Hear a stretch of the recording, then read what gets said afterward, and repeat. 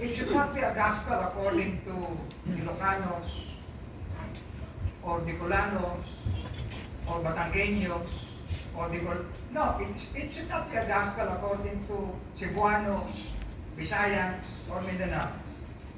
Now, we may be appreciating what we do according to regions. It should not be a gospel according to Americans. Amen? So kaya, ang sabi dito, let's be careful about this. Kasi with all of what's happening right now, ang lahat ng bias ay nasa loob na ng maraming mga ministries. Amen? Okay? Kaya hindi natin maiwasan, maraming mga nagko-competition ng mga churches.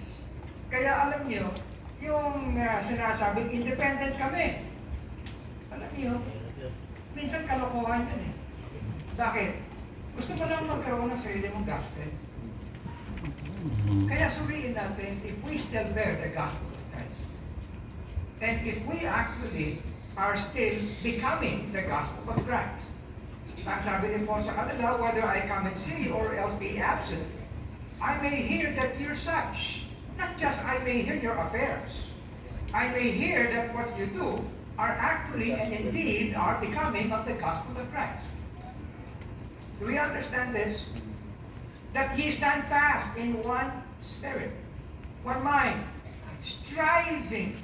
And the striving here should not be a striving of one, but a striving of all. Okay? Together.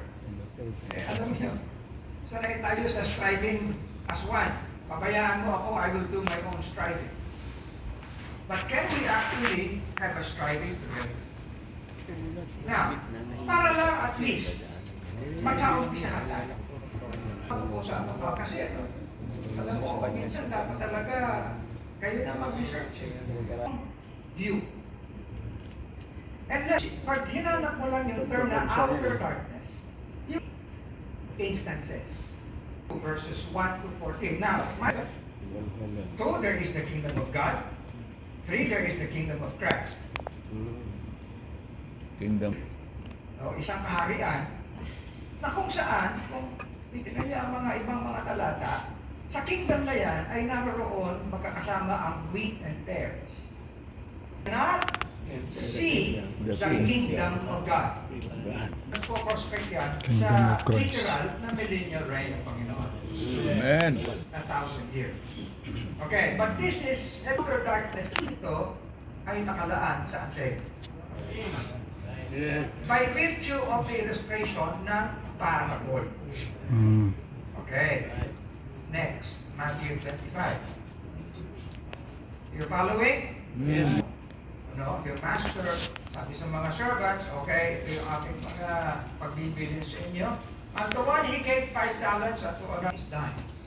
His Lord answered and said unto him, Thou wicked and slothful servant, thou knowest that I reap where I sowed not, and gather where I have strawed. Thou oughtest therefore to have put my money into the exchangers, and then at my coming I should unprofitable servant into outer darkness.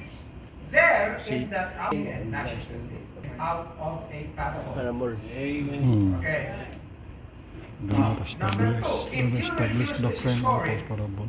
Then you will Wicked and slothful servant. Tumutukoy sa unsaved. And his disciples, oh, see, ang kingdom of heaven. Parents say, pwedeng unsaved. But, The kingdom of pareho bang kingdom yung sinasabi? but the children Hindi. Kingdom of the world. So am I just playing words? Am I just playing words? No. Okay. Consider the use of the words weeping and gnashing of teeth. Yes. Kaya ka natin ginamit na ito. Ang sabi natin, Matthew 8:12, ibang kingdom. And Cassidy and prophet, the citizen who was teaching and journeying toward Jerusalem. Then said, all you workers of iniquity, there shall be weeping and gnashing of teeth when she shall see Abraham and Isaac and Jacob and all the prophets in the kingdom of God, and he yourselves thrust out. Apply, no, all apply to a place for the unsaved. Hindi pwede gamitin as a reward principle. Na huwag niyo awayin yung Huwag awayin ang hindi naniwala. Turuan niyo. Ano ba? Turo. Hindi ako nagpapa-authority dito. Ang sinasabi ko, alam ko lang about Israel. Tapos na. The 39 books. Kaya nga nilagay ko ng Panginoon. John died. Okay? Kailan sinulat yung Revelation?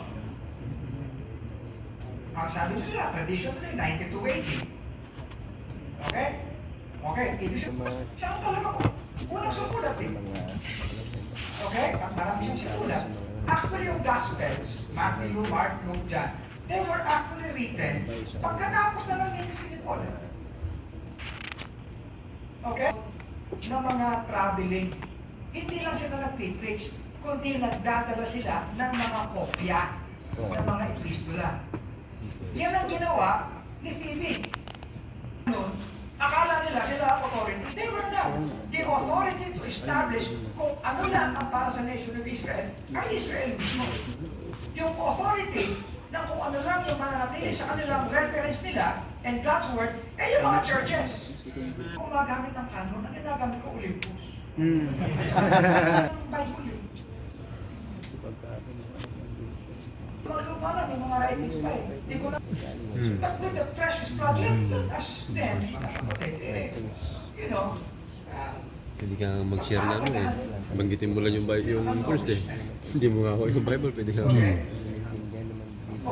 being born again not of corruptible seed, but of the incorruptible by the word of God. Anong translation niya? The word of God? Which liveth and abideth forever. But the word of the Lord, oh yun, ano bang translation of the word of the Lord? The scriptures, the New Testament, may be preserved in many languages. Amen.